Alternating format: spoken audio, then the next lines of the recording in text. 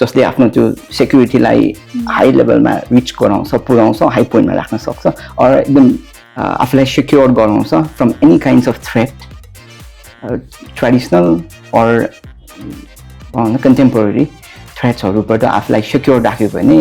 That country is considered as powerful foreign policy भन्ने बित्तिकै तीनटा मेन कुरा चाहिँ मेरो माइन्डमा आउँछ फर्स्टमा सोभरेनिटीको कुरा अर्को नन अलाइनमेन्टको कुरा र एउटा पिसफुल कोएक्जिस्टेन्सको कुरा हामी एकदम पिसफुल कन्ट्री भनेर चिनिन्छौँ वर्ल्डमा है आफूलाई चाहिँ लाइक नेसनल इन्ट्रेस्ट भन्दा माथि गएर चाहिँ आफ्नो पोलिटिकल पोजिसन पावर त्यो अनुसार चाहिँ अलिक गरेर चाहिँ हाम्रो कति लाइक डिप्लोमेटिक रिलेसन्सहरू अनि कति इन्स्टेन्सहरूलाई पनि डिरेक्टली इन्डिरेक्टली अफेक्ट गरेको देखिरहेको छु कि त्यो इम्प्लिमेन्टेसनको पार्टहरूमा चाहिँ no matter what do you eat or where do you live in this part of the world, US-China relationship is going to affect for the next 10 years भनेर भन्नुहुन्छ. No matter what you do, right?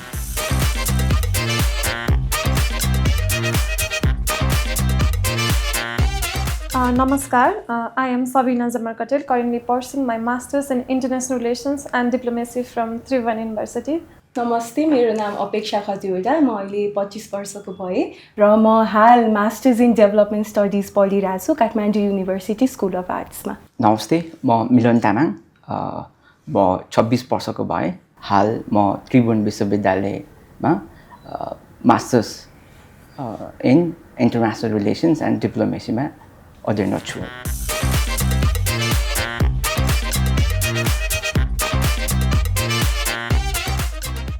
बदलिदो विश्व शक्तिलाई कसरी हेरिरहनु भएको छ हजुरहरूले म चाहिँ एज अ आइआर स्टुडेन्ट होइन इन्टरनेसनल रिलेसन्सको स्टुडेन्ट भएको हिसाबले चाहिँ अहिले चाहिँ हेर्नुपर्दा चाहिँ फर्स्टमा वारबाट स्टार्ट गर्छु है म अहिले चाहिँ रसियन भर्सेस युक्रेन अनि त्यसपछि हाम्रो यो इजरायल प्यालेस्टाइन कन्फ्लिक्ट छ नि यो चाहिँ त्यसमा चाहिँ म धेरै चाहिँ प्रोक्सी वारहरू हुन्छ नि प्रोक्सी वारको चाहिँ धेरै इफेक्ट देखिरहेको छु कि अनि त्यो वारको कुरा गर्दै गर्दा चाहिँ अर्को चाहिँ ट्रेड वार पनि नट मिलिटरी वार नि होइन ट्रेड वारको पनि एकदम कुरा देखिरहेको छु त्यसमा चाहिँ हजुरले अरू केही जोड्नु चाहनुहुन्छ वार भन्ने हजुरले वारको कुरा गर्नुभयो मैले चाहिँ इकोनोमिक पावरको कुरा गर्न चाहे सो पहिला चाहिँ डोमिनेन्ट कन्ट्रिजहरू जुन थियो ट्रेडिसनल डोमिनेन्ट कन्ट्रिजहरू हजुरको युएस भयो युरोप भयो त्यस्तो कन्ट्रीहरूलाई च्यालेन्ज गर्नको लागि चाहिँ अहिले इमर्जिङ कन्ट्रिजहरू भने चाहिँ इन्डिया चाइना जस्तो कन्ट्रीले च्यालेन्ज गरिरहेको छ अनि च्यालेन्ज सँगसँगै चाहिँ हजुरको जसरी चाहिँ इकोनोमिक पावरलाई डिफाइन गरिन्थ्यो पहिला अहिले चाहिँ हजुरको ग्लोबलाइजेसन अनि त्यसपछि डिजिटलाइजेसनले गर्दा चाहिँ इकोनोमिक पावरलाई चाहिँ रिडिफाइन गर्न थालिएको छ जस्तो लाग्छ मलाई चाहिँ त्यो जे हुन्छ नि पहिला कोर कन्सेप्टहरू कसरी त्यसलाई बुझिन्थ्यो यो ग्लोबलाइजेसन र डिजिटलाइजेसनले चाहिँ पुरै नै रिडिफाइन गरेको छ मैले चाहिँ यसमा एड गर्नु पर्दाखेरि हजुरले फर्स्टमा भन्नुभएको थियो वार यो चाहिँ अब सेकेन्ड वर्ल्ड वार पछाडि यो फर्स्ट एभर मेजर अट्याक अथवा major war in the world भनेर इट इज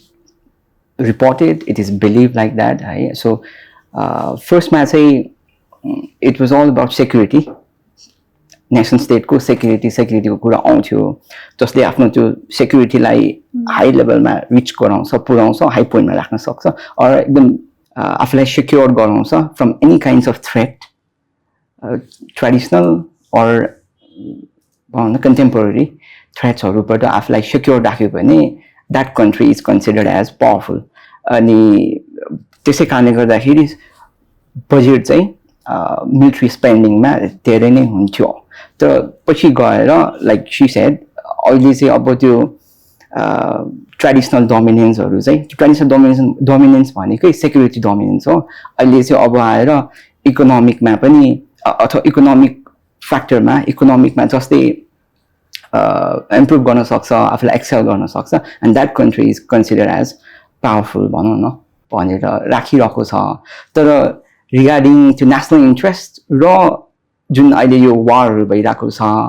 एन्ड देन ट्रस्टको कुराहरू आउँछ त्यसले गर्दाखेरि चाहिँ होइन फर्स्ट प्रायोरिटी त सेक्युरिटी नै हो सर्भाइभल नै हो स्टेट कम्स एट फर्स्ट भन्ने नै कुराहरू आउँछ त्यसले गर्दाखेरि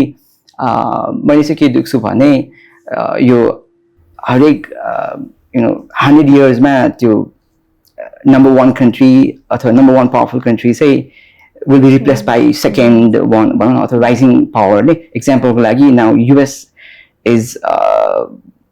US and China को कुरा गर्न सकिन्छ अहिले. So US को position China is going to take भनेर it is all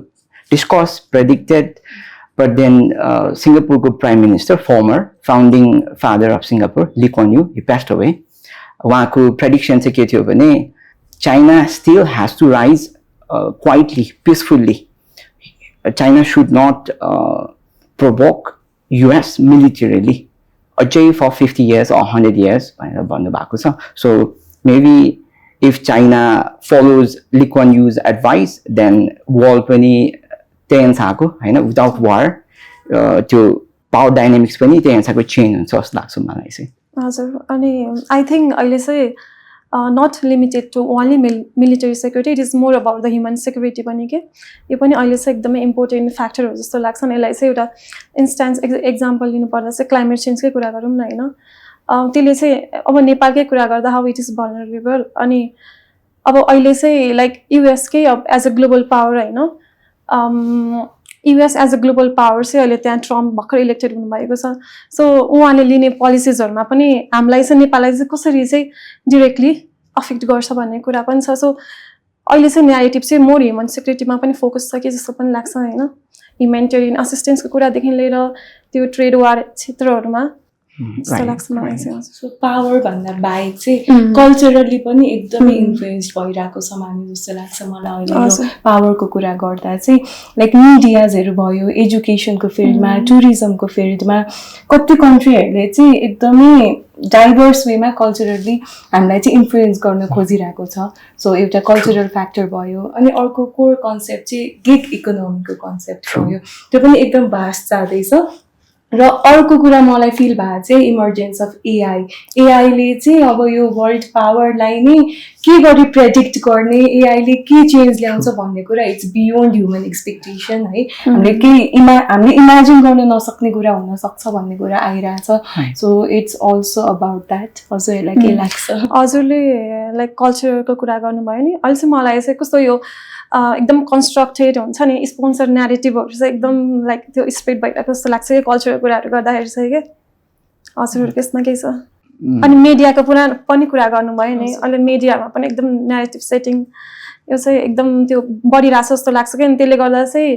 हाम्रो डिप्लोमेटिक रिलेसनशिपहरुमा चाहिँ कतिको असर गर्छ हैन भन्ने कुरा चाहिँ त्यसलाई पनि इम्प्याक्ट गर्छ जस्तो लाग्छ है मलाई. राइट हो. कल्चरल डिप्लोमेसीको कुराहरु पनि आउँछ त्यसमा. ट्रु जुन अहिले चाइनाले भनौँ थ्रु सफ्ट पावर डिप्लोमेसी भनेर कन्फ्युसियस इन्स्टिट्युट मार्फत र even this BRI also falls under that same thing. And अहिलेको current president of China, Xi Jinping, highly emphasizes Confucianism values like एकदमै prioritize गर्नुहुन्छ. Means peaceful rise हुनुपर्छ,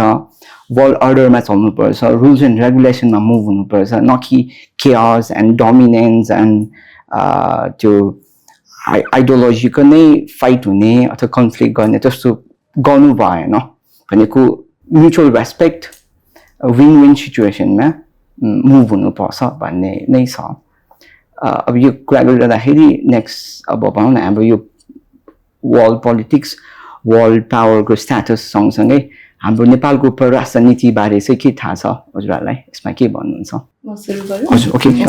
सो नीति भन्ने बित्तिकै अब कोइन्सिडेन्टली म चाहिँ हिजो भर्खर पोलिसी रिसर्च इन्स्टिट्युट गएर आएको थिएँ कलेजबाट. सो अलिकति आइडिया भएर म सुरु गरौँ भनिहालेँ. नीति भन्ने बित्तिकै कन्ट्रीले के गर्छ र के गर्दैन भन्ने कुरा बुझिन्छ. अब हाम्रो फरेन पोलिसी चाहिँ हाम्रो यो युनिक जियोग्राफिकल स्ट्रक्चर छ नि जुन हामी एकदम टु पावरफुल कन्ट्रिज इन्डिया र चाइनाको बिचमा छ. सो यो दुईटा कन्ट्रीले चाहिँ हाम्रो फरेन पोलिसीलाई एकदमै सेप गरेको छ. र फरेन पोलिसी भन्ने बित्तिकै तीनटा मेन कुरा चाहिँ मेरो माइन्डमा आउँछ. फर्स्टमा सोभरेनिटीको कुरा, अर्को नन अलाइनमेन्टको कुरा र एउटा पिसफुल कोएक्जिस्टेन्सको कुरा. हामी एकदम पिसफुल कन्ट्री भनेर चिनिन्छौँ वर्ल्डमा है। अनि त्यसका साथसाथै हामी न वारमा छौँ, न हामी कन्फ्लिक्टमा छौँ, न हामी डिस्प्युटमा जान चाहन्छौँ, हामी कसैको पक्षमा पनि छैनौँ, हामी कसैको विपक्षमा पनि छैनौँ। त्यही भएर अब फरेन पोलिसी भन्ने बित्तिकै हजुरको हाम्रो रिलेसनसिप है इन्डिया र चाइना बिच हामीले कसरी ब्यालेन्स गर्नुपर्छ,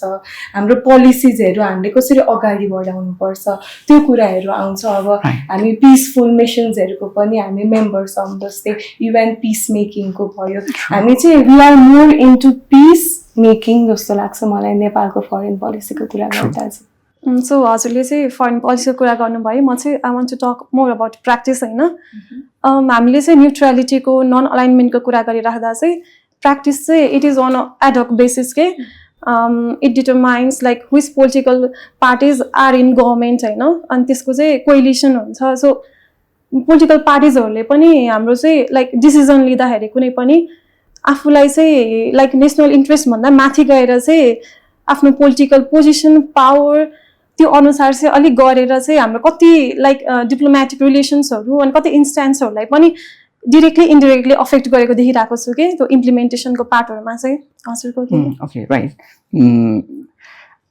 लाइक यु सेड हजुरले भन्नुभएको जस्तै नेपालको फरेन पोलिसी चाहिँ based on certain points like non alignment policy of course हो त्यो है, अनि युएन चार्टर हो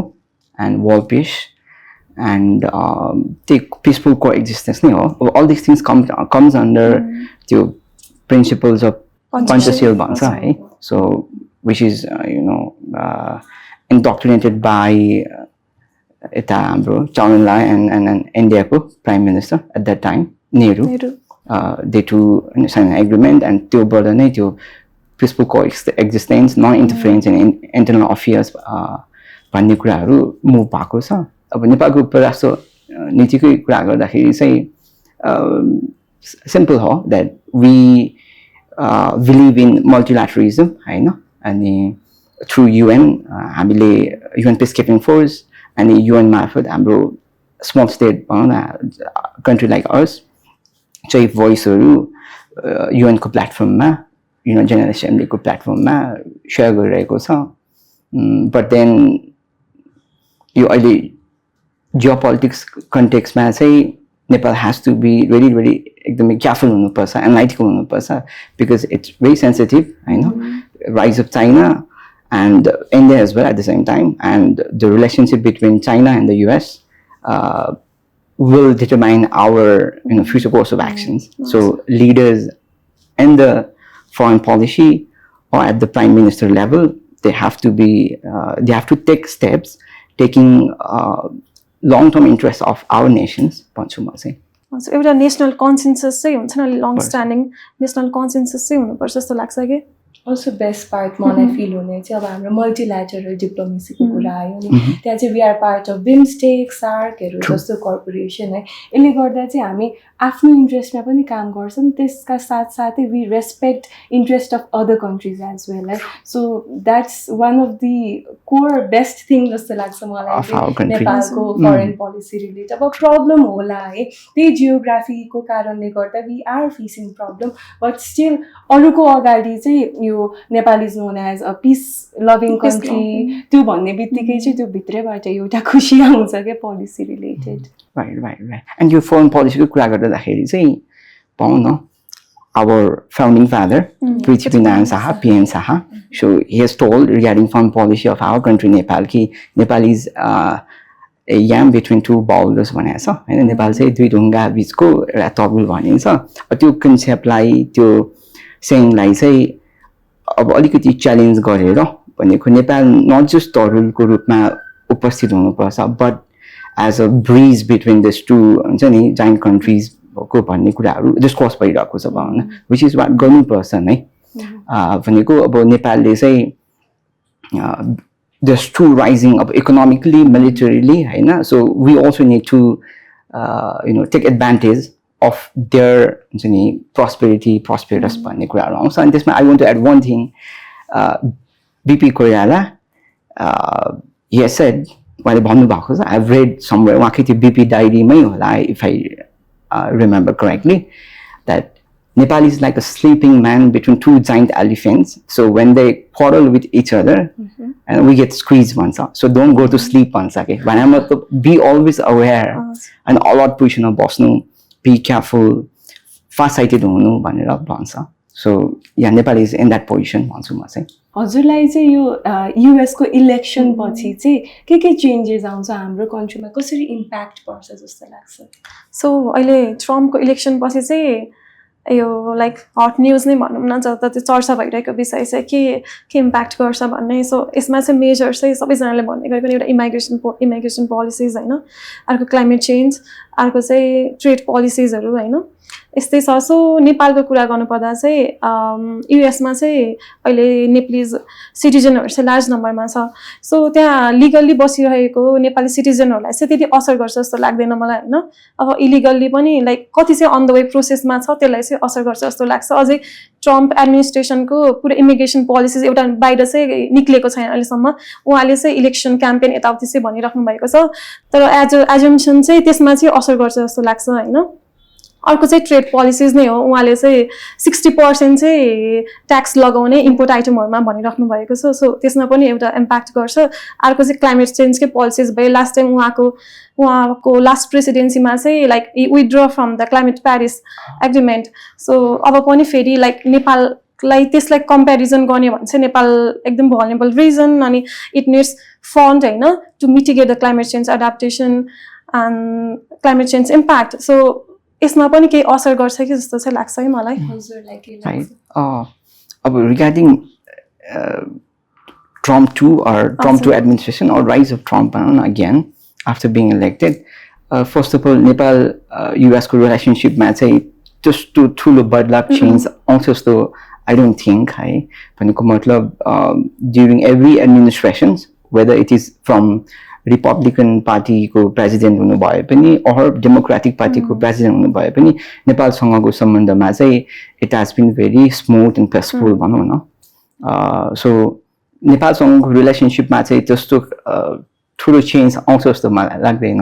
भनेको मतलब एज इट इज नै स्मुथली फ्रेन्डली वेमै गइरहेको छ. This will continue I think. अनि अब वर्ल्ड पर्सपेक्टिभबाट चाहिँ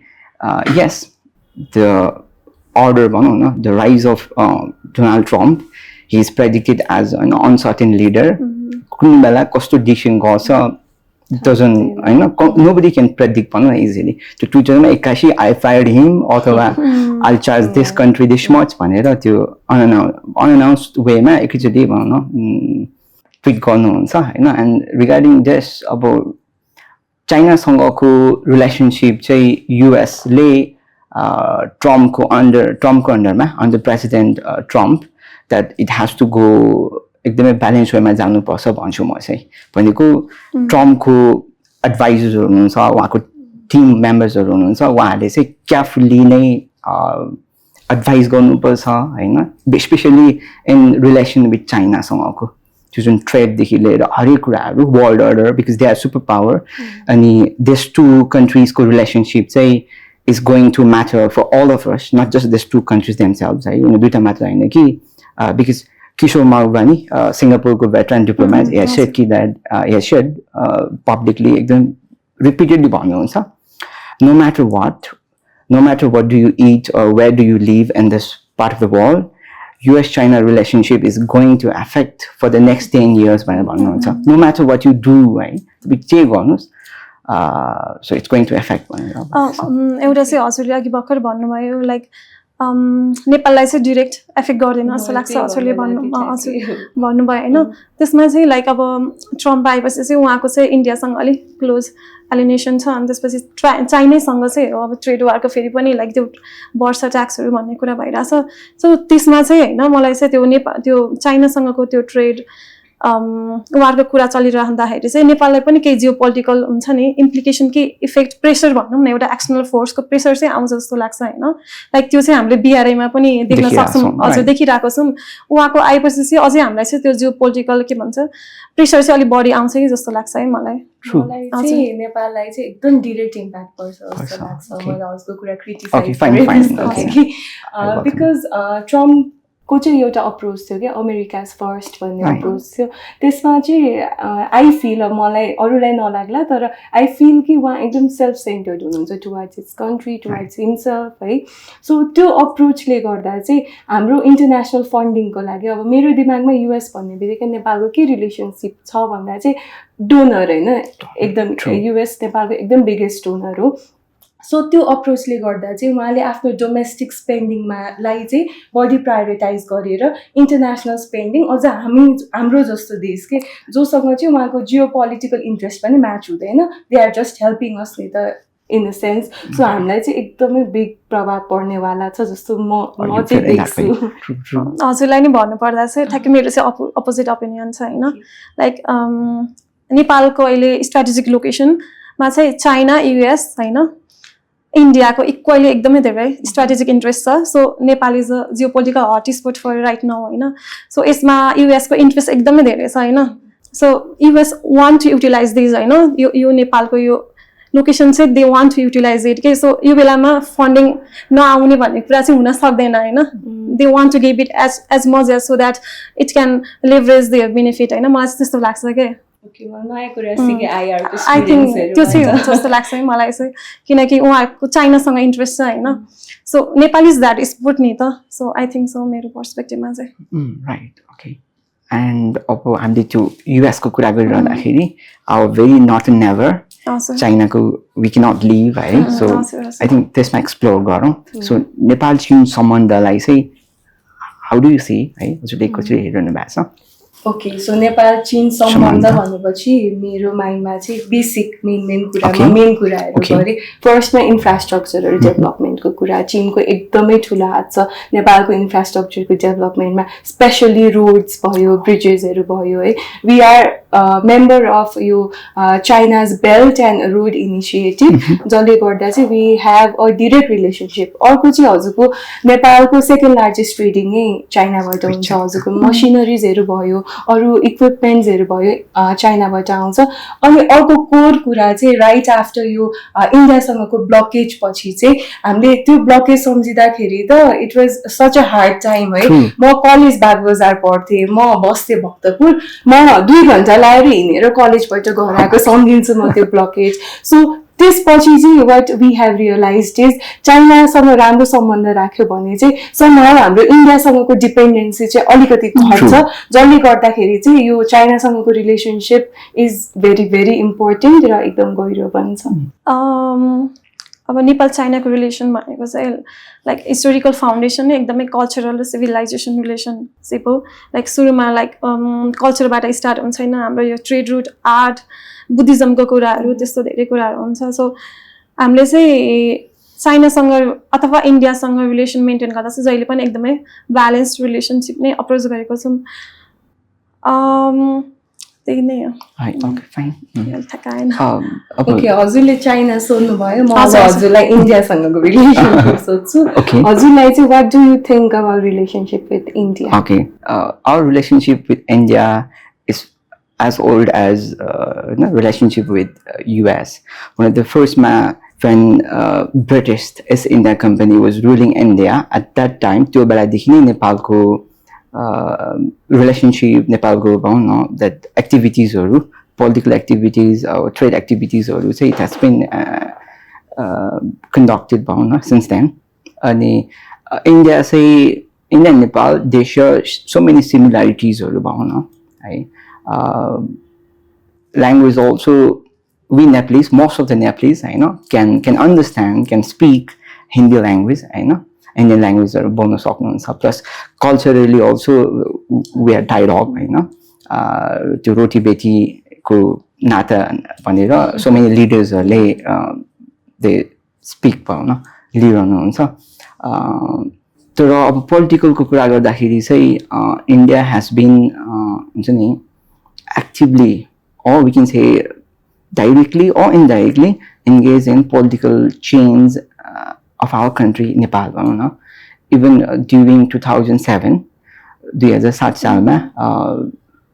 राणातन्त्र demolish हुने बेलामा or decline हुने बेलामा or even demolish भनौँ हुने बेलामा पनि India has role हैन त्यसै गरी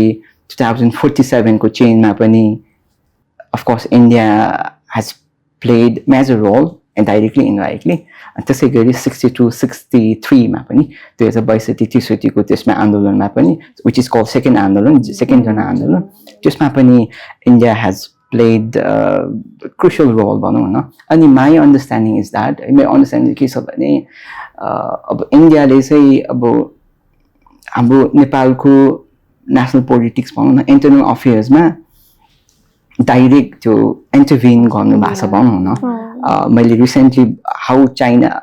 इन्डिया सिज द वर्ल्ड भनेर Shyam Saran foreign secretary of India plus Nepalese sorry Indian ambassador to नेपालको लागि उहाँ एम्बेसडर हुनुहुन्थ्यो सो उहाँको बुकमा चाहिँ के लेख्नु भएको छ भने हेज मेन्सन इन डिटेल्समा एकदम डिटेल्समा लेख्नु भएको छ कि how that monarchy was dissolved होइन नेपालको मोनार्की कसरी डाउन भयो and what was their relationship with Maoist त्यो बेलाको Maoist was tagged as terrorist भनौँ न organisation by the US and by India itself India आफूले पनि टेररिस्ट ट्याग गर्नुभएको फर्स्टमा but then after certain time maybe त्यो इन्डियाको इन्ट्रेस्ट चेन्ज भयो के भयो I don't understand but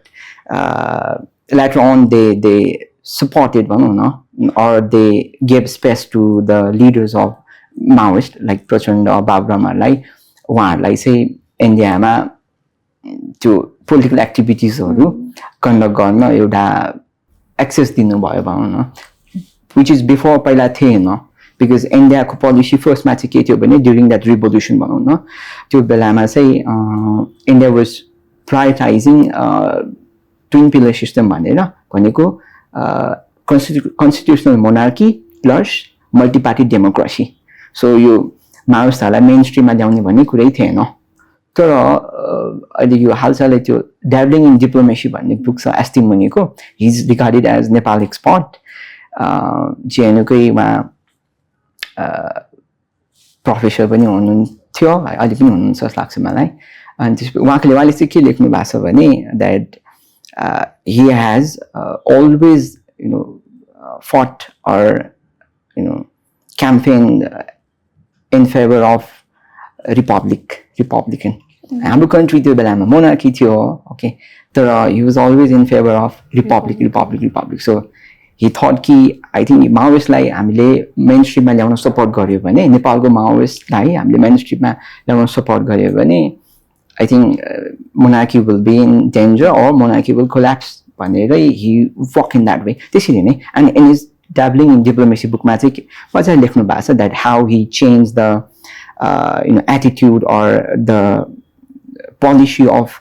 Indian leaders भनौँ न even prime minister and at that time Brajesh Mishra भने national security advisor plus Indian prime minister को त्यो बेलाको advisor भनौँ न key advisor उहाँको माइन्ड नै ब्रेन मास गरिदिनु भएको छ उहाँले भनेको मतलब इन्डिया वाज अघि मैले भनेको कुरा रिपिट गरेँ I'm so sorry India was in sticking with that policy कि ट्विन पिलर सिस्टम भनेर constitutional monarchy plus multi party democracy not that माओइस्टलाई इन्ट्रिगेट गर्ने भन्ने थिएन तर SD Muni he has been loving for हुन्छ नि माओइस्टलाई पनि चान्स दिनुपर्छ माओइस्टलाई हामीले मेन स्ट्रिममा ल्याउन सक्यो भने द्याट अहिले जति पनि भएको त्यो अनस्टेबिलिटी छ अनस्टेबल सिचुएसन छ त्यो चाहिँ स्टेबल हुन जान्छ त्यो सल्भ हुन्छ सो लेट्स ब्रिङ देम उहाँलाई पनि मेन स्ट्रिममा ल्याउँ भन्ने क्रममा चाहिँ सो ब्रजेश मिश्रले नै so what guarantee can you give me that if यो माओइस्टहरूलाई हामीले इन्ट्रिगेट गर्यो अथवा नेसनल पोलिटिक्समा मेन स्ट्रिममा अलाउ गर्यो भने हामीलाई थ्रेट नहुने भन्ने के ग्यारेन्टी गर्न सक्छ भने फर द्याट आई क्यान हुन्छ नि ब्रिङ लेटर भनेर भन्नुभएको छ अनि सो बाबुराम भट्टराईको लेटर नै उहाँले पास गर्नुभएको छ भनेको मतलब बाबुराम भट्टराईको उहाँले कमिट गर्नुभएको छ इफ हामी मेन स्ट्रिम पोलिटिक्समा हामी आएको खण्डमा चाहिँ वी वान्ट हार्म हाम्रो इन्डियाको इन्ट्रेस्टमा कुनै हार्म गर्दैनौँ भनेर एउटा रिटन कमिटमेन्ट आइसके पछाडि देन इन्डियाको पोलिसी चेन्ज भएको छ त्यसपछि इन्डियाले एन्भोयहरू पठाउनु भएर नेपालमा so there was a political game भनौँ न and then all of sudden monarchy came down so हजुरले पोलिसी इन्टरभेन्सनको कुरा गर्दा के ठ्याक्कै यो हाम्रो 2015 को कन्स्टिट्युसन पछि चाहिँ त्यो हामीले हैन देख्यौँ नि त ब्लकेट लगायो इन्डियाले अनि सो पोलिसी इन्टरभेन्सन र हाम्रो इन्टरनल म्याटरमा इन्ट्रुजन गरेको छ नि त्यसले गर्दाखेरि चाहिँ बिचमा चाहिँ त्यो एन्टी इन्डिया सेन्टिमेन्ट पनि बढ्यो कि अनि त्यसपछि त्यसको लाइक इन्डियालाई पनि फिल भयो आफ्टर टाइम अनि त्यसपछि अलि लाइक सफ्ट पोलिसिजहरू हुन्छ नेपाल प्रति चाहिँ पछि चाहिँ अलि सफ्टली चाहिँ अघि बढ्यो पोलिसिजहरूमा चाहिँ हैन जस्तो लाग्छ मलाई हामीले यो अन्तर्राष्ट्रिय सम्बन्ध हैन यो ग्लोबल पोलिटिक्सको कुरा गर्दै चाहिँ नेपालको विकासको लागि चाहिँ अन्तर्राष्ट्रिय समुदायले चाहिँ के कस्तो पोलिसिजहरू के कस्तो प्रोजेक्टहरू अथवा के कस्तो कदमहरू चाल्यो भने चाहिँ नेपाललाई चाहिँ नेपालको आर्थिक विकासमा चाहिँ अलि टेवा पुर्याउन सकिन्छ जस्तो लाग्छ हजुरहरूलाई सो म चाहिँ स्टार्ट फर्स्टमा म बेसिक कुरामा गर्छु फर्स्टमा हामीलाई जे निड छ इन्फ्रास्ट्रक्चरल डेभलपमेन्ट जुन चाहिँ अहिले गरि नै रहेको छ अरू कन्ट्रिजहरूले हामीलाई चाहिँ इन्फ्रास्ट्रक्चरको पार्टमा चाहिँ अझै पनि प्रोग्रेस गर्नु छ है we have huge potential even hydro पावरमा छ अहिले रिसेन्ट कुरा गर्दा रिन्युएबल एनर्जीमा छ जुन गरि नै रहेको छ हामीलाई नेदरल्यान्ड्सले फिनल्यान्डले यो हाइड्रो अनि रिन्युएबल एनर्जीको लागि हेल्प गरि नै रहेछ पनि अझै पनि यसमा हेल्प भयो भने चाहिँ I think we can go much more beyond है अब अरू त क्लिसे कुरा नै भयो हजुरको एजुकेसन हेल्थ त छँदै नै छ तर स्पेसल फोकस चाहिँ मलाई चाहिँ हाइड्रो अनि रिन्युएबल एनर्जीमा छ जस्तो लाग्छ अर्को कुरा चाहिँ मेजर इस्युको बारेमा भन्न चाहिँ यो हामीले एक्सपोर्ट गर्दा चाहिँ एउटा क्वालिटी स्ट्यान्डर्ड्सहरू सेट गरेको छ क्या कति कन्ट्रिजहरूले जसले गर्दा हामीले बाहिर एक्सपोर्ट गर्न सक्ने कुरामा पनि हामी पछि परिरहेका छौँ सो त्यो क्वालिटी स्ट्यान्डर्ड्स मिट गर्नको लागि चाहिँ अब क्वालिटी ल्याब बनाउन सकिन्छ कि अरू कन्ट्रिजहरूसँग कोलाबरेट गरेर यो इस्यु सल्भ गर्न सकिन्छ कि सो द्याट हाम्रो फार्मर्सहरूले पाएको दुःख चाहिँ केही हदसम्म अलिक कम हुन्छ जस्तो लाग्छ र लास्ट कुरा भन्दा चाहिँ हजुरको यो अहिले नेपालको 2टा इन्टरनेसनल एयरपोर्ट जसमा एकदमै ठुलो लगानी छ है अपरेसनमा आएको छैन बिग व्हाइट एलिफेन्ट्स भएर बसिरहेको छ त्यसमा चाहिँ केही हदसम्म बाहिरको इन्टरनेसनल अर्गनाइजेसन्स अनि कन्ट्रिजहरूले चाहिँ केही हदसम्म हेल्प गर्यो भने चाहिँ यो 2टा एयरपोर्टले गर्दा चाहिँ वी हेभ ह्युज पोटेन्सियल है हामीले चाहिँ रिटर्न ब्याक पाउन सक्छौँ हामीले चाहिँ हाम्रो लोन्सहरू केही हदसम्म क्लियर गर्न सक्छौँ र यो 2 व्हाइट एलिफेन्ट्सलाई चाहिँ हामीले क्यास काउजमा कन्भर्ट गर्न सक्छौँ सो यो 3टा कुरा चाहिँ मेजर एस्पेक्ट फिल हुन्छ मलाई पर्सनली चाहिँ इन एडिसन टु इन्फ्रास्ट्रक्चर्स हैन तर फर्स्टमा त इन्फ्रास्ट्रक्चर नै हो अनि त्यसपछि मात्र अरू सर्भिसेसहरू पाउन लाइक टुरिज्म एजुकेसन हेल्थहरू नै बिल्डअप गर्न सकिन्छ हाम्रो चाहिँ एउटा चाहिँ अहिले रेमिटेन्स बेस्ड इकोनोमी नै छ नि त सो अहिले चाहिँ हामीले भर्खर कुरा गऱ्यौँ लाइक चाइना र इन्डियाको अहिले त सम्बन्ध अब राम्रो होला जस्तो छ होइन तर अहिले अगाडि चाहिँ लाइक उनीहरूको चाहिँ डिस्प्युट होइन कति भइरहेको जस्तो छ तर हामीले त्यो इन्टरनल एस्पेक्ट हेर्ने हो भने चाहिँ उनीहरूको यो के भन्छ ट्रेडको कुरामा चाहिँ एकदमै हाई भोल्युम छ कि उनीहरूको ट्रेड त राम्रो भित्र इन्टरनल फ्याक्टर्सहरू चाहिँ राम्रै छ बाहिर हेर्दाखेरि चाहिँ लाइक डिस्प्युटहरू कन्फ्लिक्टको कुरा आउँछ नि सो राम्रो छ अनि इन्डिया चाहिँ चाइनाबाट एकदम धेरै हाई इन्भेस्टमेन्ट ल्याउने कन्ट्री पनि हो कि लाइक बाहिर चाहिँ एक्सटर्नल फ्याक्टर डिस्प्युटको कुरा गरिराख्दा भित्र चाहिँ ऊ चाहिँ वान अफ द हाइएस्ट हुन्छ नि एफडिआई ल्याउने कन्ट्री चाइनाबाट इन्डिया चाहिँ सो हाम्रो त अब रिलेसन्स चाइनासँग राम्रै छ हामीले पनि त्यो ल्याउन सक्थ्यौँ नि त तर त्यो ल्याएको छैन तर त्यो जुन इन्भेस्टमेन्ट हामीले ल्याएको छौँ नि अनि त्यो रेमिटेन्सकै कुरा गर्दा पनि त्यो चाहिँ एकदमै अनप्रोडक्टिभ सेक्टरमा इन्भेस्ट भइरहेको छ कि हुन्छ नि धेरै जस्तो यो कन्स्ट्रक्सनहरूमा लाइक इन्भेस्ट भइरहेको छ नि हामीले चाहिँ गर्नुपर्ने भनेको चाहिँ अहिले चाहिँ मलाई चाहिँ एग्रिकल्चर होइन एग्रिकल्चर टुरिज्म अनि म्यानुफ्याक्चरिङहरूमा चाहिँ अलिक बढी इन्भेस्टमेन्ट गर्नुपर्छ जस्तो लाग्छ अनि हामीले पनि लाइक इन्डियामा चाहिँ हाम्रो अब मेजर ट्रेडिङ पार्टनर नै भयो होइन हाम्रो कन्ट्रीको चाहिँ 65% अफ ट्रेड चाहिँ इन्डियासँगै हुन्छ अनि हामीले एक्सपोर्ट गर्ने आइटमहरू भनेको चाहिँ ट्रेडिसनल गुड्सहरू नै छ यो के भन्छ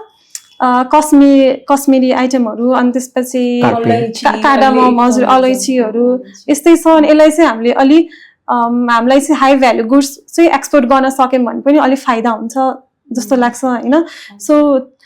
यही नै हो हजुरले इम्प्लिमेन्टेसनको कुरा गर्दा चाहिँ मलाई चाहिँ पर्सनली के फिल हुन्छ भन्दा हाम्रो मेन ल्याकिङ भने चाहिँ हाम्रो डेटा ड्रिभन गभर्नेन्स छैन कि के कुरालाई प्रायोरिटाइज गर्ने र के कुरालाई प्रायोरिटाइज नगर्ने भन्ने कुरा अनि अर्को के कुरा रिलायबल हो केलाई फलो गर्ने र केलाई फलो नगर्ने भन्ने कुरामा एकदमै कन्ट्रोभर्सियल छ त्यसले गर्दा चाहिँ यो इम्प्लिमेन्टेसनको पार्टमा अलिकति बढी नै प्रब्लम्स आइरहेको जस्तो मलाई फिल हुन्छ हजुर अनि हाम्रो चाहिँ यो प्रोडक्सन र है हाम्रो इन्डस्ट्रियल सेक्टरलाई पनि एकदमै जोड दिनुपर्छ जस्तो लागेको छ कि हाम्रो प्रोडक्सनै छैन भने हामीले इकोनोमिक डिप्लोमेसी एकदम टाउट होइन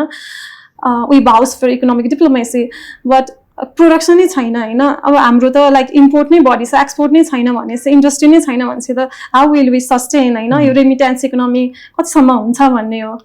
यो स्पेसल इन्डस्ट्रियल जोन्सहरू हुनुपर्छ भैरवा स्पेसल इन्डस्ट्रियल जोन भन्ने चाहिँ मैले सुनेको थिएँ तर यस्तै अरू पनि स्पेसल इन्डस्ट्रियल जोन भयो भने चाहिँ ट्रेडिङलाई पनि सजिलो हुन्छ र ओभरअल इकोनोमी बुम हुन चाहिँ एकदमै धेरै हेल्प गर्छ जस्तो लाग्छ मलाई पर्सनली सो इन्टरनेसनल कम्युनिटीबाट चाहिँ लाइक कन्क्लुड गर्नुपर्दा चाहिँ त्यही इन्भेस्टमेन्ट नै हो हाम्रो मेजर प्रायोरिटी ल्याउन सक्ने भनेको होइन सो त्यो ल्याउँदाखेरि चाहिँ अलि हामीले प्रोडक्टिभ सेक्टरमा चाहिँ खर्च गर्न सकौँ त्यो भयो भने चाहिँ डेटा थाहा पाएर डेटा ड्रिभन भएर प्रायोरिटाइज गर्न सकेर त्यसमा अगाडि बढ्यो भने चाहिँ I think something can happen in our country हाम्रो अलि त्यो रिसर्चमा पनि अलिक विकनेस छ जस्तो लाग्छ कि इभन एआइआरको कुरा गर्दा कति हिस्ट्री हुन्छ नि एन्थ्रोपोलोजिकल सोसियोलोजिकल रिसर्च पनि छैन कि त्यसले गर्दाखेरि पनि कति समस्या चाहिँ आइरहेको छ जस्तो लाग्छ कि So you guys being from a different background, अब हजुर साइन्स ब्याकग्राउन्डमा हुनुभयो हजुर बिजनेस ब्याकग्राउन्डमा हुनु बिजनेस ब्याकग्राउन्डले भए हजुरहरूलाई चाहिँ यो आइआर भन्ने सब्जेक्टमा चाहिँ कसरी पुग्नुभयो हजुर मास्टर्स पर्स्यु गर्न ओके फाइन आल स्टार्ट है एन्ड फर्स्टमा चाहिँ यो कोभिड स्टार्ट हुने बेलामा I just completed my master's अनि I was waiting for master's को अब कोर्स न्यू स्टार्ट गर्नको लागि अनि इट वाज शट डाउन होइन अब not just universities education sectors मात्र होइन कि whole country whole world was shut down भनौँ न सबै बोर्ड्सहरू एभ्रिथिङ कुराहरू अनि त्यो we locked up in the house रुममा अनि के गर्ने त अब फेसबुक चलाउने अर सोसियल मिडियाजहरूमा एन्गेज हुने अब हाउ लङ त 1 डे 2 डेज 1 विक होइन सो त्यस पछाडि चाहिँ after certain days I started exploring यो हिस्ट्री यो वर्ल्ड वार होइन अनि यो विभिन्न वर्ल्ड लिडर्सहरूको बारेमा आई स्टार्टेड एक्सप्लोरिङ देम अनि विशेष गरी मलाई चाहिँ त्यो फर्स्ट वर्ल्ड वार र सेकेन्ड वर्ल्ड वारमा पनि दिस 3 की पर्सन्स मलाई आई रियली एडमायर देम यो विन्स्टन चर्चिल फ्रम ब्रिटिस अनि Frank D Roosevelt from USA अनि Stalin from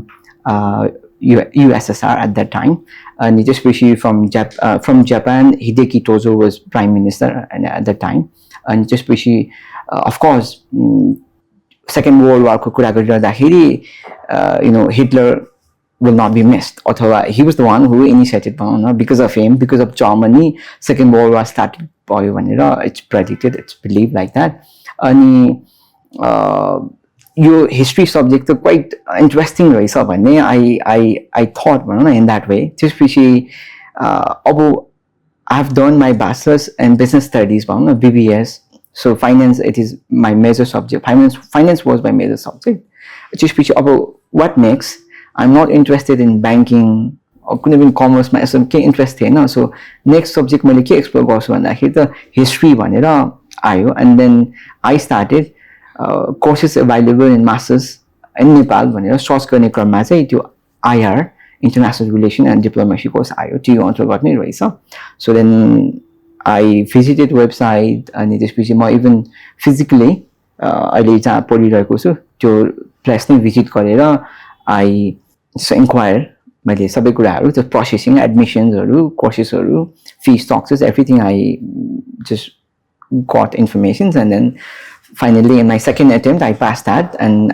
right now I'm 4th semester पुगिसकेको छु so talking about my experience first त्यो experience को कुरा गर्दाखेरि चाहिँ त्यो IR भन्ने बित्तिकै that हुन्छ नि अलिकति ग्ल्यामरस सब्जेक्ट के भनेर it is hype भनौँ अथवा it is discussed in that way so म पनि त्यही वेमा नै I joined that course मैले त्यो कोर्स त्यसरी जोइन गरे हो and in our very first day त्यो ओरिएन्टेसन क्लासमा चाहिँ we were asked about our brief introductions and aim पनि इन्क्लुड गर्नुपर्ने अनि त्यसमा चाहिँ 50% more students they told कि they wanted to become an ambassador बन्छु, my aim is that भनेर भन्नुभएको थियो अनि not just me, many of my colleagues thought कि that the ambassador अथवा त्यो पोजिसनमा चाहिँ quickly we can turn, we can become भन्ने थियो तर which is very different, धेरै नै different भएछ. So हजुरको के छ स्टोरी? हजुर मेरो चाहिँ I did my bachelor in environmental science अनि मेरो ब्याचलर सकेपछि चाहिँ I was the organizing member of one of the conference on climate change हैन अनि त्यति बेला चाहिँ हामीले चाहिँ गेस्टहरु चाहिँ पोलिसी मेकर लिडर्सहरुदेखि लिएर डिप्लोम्याट्सहरुलाई पनि बोलाएको थिए अनि I was so fascinated by one of the diplomats हैन अनि त्यसपछि यो क्लाइमेट चेन्जको भएपछि चाहिँ यो कन्फरेन्स अफ पार्टिज भन्ने कोप कन्फरेन्स भइरहेको छ नि त अनि त्यसमा पनि अनि आई एनालाइज के how diplomats played such a big role in negotiating कि अनि त्यहाँको चाहिँ मैले त्यो कोप कन्फरेन्सहरूलाई चाहिँ अलि एनालाइज गर्दा चाहिँ लाइक क्लाइमेटकोबाट टेक्निकल एक्सपेक्टहरूको हेल्प त अभियसली लिनुहुन्छ हैन तर नेगोसिएट गर्ने पोलिटिकल लिडर्स एन्ड डिप्लोम्याट हैन they have a very huge role अनि त्यसले चाहिँ मलाई क्या इन्ट्रेस्ट हुन्छ नि इन्ट्रेस्ट चाहिँ अलि ड्रिभन भयो त्यहाँबाट चाहिँ यस्तो चाहिँ लाइक डिप्लोम्याट अनि मैले चाहिँ एक्सप्लोर गरेँ हैन हिस्ट्री उहाँले भन्नुभएको जस्तै हिस्ट्री ग्लोबल पोलिटिक्स अनि मलाई त it is such a interesting topic भन्ने जस्तो फिल भयो अनि त्यसपछि मैले चाहिँ खोज्दै बुझ्दै जाँदा चाहिँ मलाई चाहिँ एकदमै इन्ट्रेस्ट लाग्यो अनि त्यहाँबाट नै मैले चाहिँ हेर्दै बुझ्दै जाँदा चाहिँ like why not let's try हुन्छ नि मैले चाहिँ लाइक सुरुमा इनिसियल फेजमा चाहिँ म यसमा करियर नै बनाउँछु भन्दा पनि I want to get knowledge भन्ने जस्तो भएर चाहिँ जोइन गरेको थिएँ अनि त्यही नै हो मेरो चाहिँ आइआर जोइन गर्नुको चाहिँ उद्देश्य ओके सो मेरो कुरा गर्दा उहाँले भन्नुभयो अघि यो वर्ड ग्ल्यामरस भनेर द्याट वाज द वर्ड जसले गर्दा चाहिँ म डेभलपमेन्ट सेक्टर डेभलपमेन्ट स्टडिजभित्र गएँ म चाहिँ राइट आफ्टर माई ब्याचलर्स म नि बिजनेस स्टुडेन्टै हो मलाई चाहिँ I was only into business दायाँ बायाँ मलाई केही नलेज थिएन मलाई चाहिँ एकदम इन्टेलेक्चुअल हुन मन लाग्ने कि एकदमै अरूले अरूसँग बोल्दा पनि ओहो कस्तो इन्टेलेक्चुअल रहेछ यो त भन्नुहोस् भन्ने हुन्थ्यो सो ठ्याक्क ब्याचलर्स पछि I went to a pageant अनि त्यो प्याजेन्टमा चाहिँ हजुरको सेकेन्ड विकमा चाहिँ लेक्चर विक हुन्थ्यो हाम्रो अनि त्यो लेक्चर विकमा चाहिँ डिफ्रेन्ट एरियाहरूको स्टडी हुन्थ्यो अब फर्स्ट डे हजुरको क्लाइमेट हुन्छ भने अर्को डे जेन्डर भयो अर्को डे हजुरको पोलिटिक्स भयो youth in politics mental health जस्तो कुराहरू पढाइ भयो अनि त्यति बेला चाहिँ मलाई यस्तो हिट भयो दिमागमा है म त्यति बेलासम्म इफ यो प्याजेन्टमा केही भएन भने म बाहिर जान्छु थियो मलाई मैले केही सोच विचार के गर्छु कसो गर्छु केही थिएन just I wanted to go abroad तर त्यो लेक्चर विकले गर्दाखेरि चाहिँ मेरो माइन्डै लाइक हिट भएर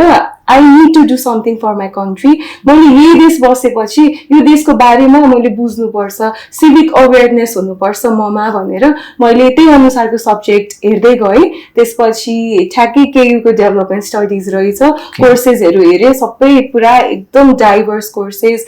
अनि त्यसपछि चाहिँ मलाई ल ठिक छ अब दायाँ बायाँ म सोच्दिनँ सुन्दा पनि अब यसो ग्ल्यामरस छ के पढ्दैछ भन्दा मास्टर्स इन डेभलपमेन्ट स्टडिज हुन्छ नि त त्यही भएर केही नसोचिकन मैले डेभलपमेन्ट स्टडिजमा गएँ फर्स्ट विकमा यस्तो डम फिल भयो मलाई बिकज एकदम खतरा नलेज भएको मान्छेहरू थियो कि त्यति बेला क्वेसन्सहरू गर्दा पनि ठ्याक एन्सर गर्ने मलाई त केही थाहा थिएन तर बिस्तारै एडजस्ट हुँदै गएँ सिक्दै गएँ अनि I was able to score good as well semester एक्जाम्सहरूमा सो अगाडिसम्म केही थाहा थिएन तर पढ्दै गएपछि चाहिँ इन्ट्रेस्ट झन् बढ्दै गयो र यस्तो सब्जेक्ट भनौँ न आइआर डेभलपमेन्ट स्टडिजहरू जस्तो सब्जेक्ट र यहाँभित्रको सब्जेक्ट म्याटर चाहिँ हामी जस्तो युवा पुस्ताहरूलाई चाहिँ बुझ्नको लागि एकदमै इम्पोर्टेन्ट छ not just you have to do masters है यत्तिकै पनि यो अवेरनेस सिभिक कन्सियसनेस चाहिँ इट्स भेरी इम्पोर्टेन्ट जस्तो मलाई चाहिँ फिल हुन्छ अनि this study has help me a lot I am so glad I took international relations होइन एज अ मास्टर्स लाइक यसले पनि हुन्छ नि मेरो पर्सनल लेभलमा चाहिँ एकदम धेरै त्यो एनालाइज गर्न थिङ्सहरू चाहिँ एकदमै इजी भएको छ कि सो या ट्रु अनि मैले once I enter this course I used to think I'm interested in reading books अनि एकदम हिस्ट्री एक्सप्लोर गर्न मन लाग्छ स्पेसली बायोग्राफी अटोबायोग्राफी अफ लिडर्सहरू भनौँ मिलिट्री लिडर्स पोलिटिकल लिडर्सहरूको अनि before I join this institute this course masters course join गर्नु अगाडि चाहिँ I used to think I have lot of knowledge, lots of knowledge. No, once I entered, once I started this course, my God, I have very little knowledge. एकदमै little knowledge रहेछ. I have to explore more, I have to read more भन्ने नै feel भयो. जसले गर्दाखेरि yes, need to learn continuously भन्ने त्यो thought चाहिँ आउँछ. मलाई पनि लाइक साइन्सबाट यो आर्ट्सको आइआरको फिल्डमा जम्प गर्दा चाहिँ के ल भर्खर चाहिँ लाइक मास्टर्स भने पनि त्यो चाहिँ भर्खर ल म चाहिँ डिप्लोमा कोर्समा चाहिँ स्टार्ट गरिरहेको छु जस्तो फिल भइरहेको थियो कि like there are so many things to learn नि त. अनि यो त भर्खर मेरो चाहिँ मोन्टिसरी फेज रहेछ आइआर बुझ्नलाई चाहिँ जस्तो फिल भइरहेको थियो मलाई चाहिँ.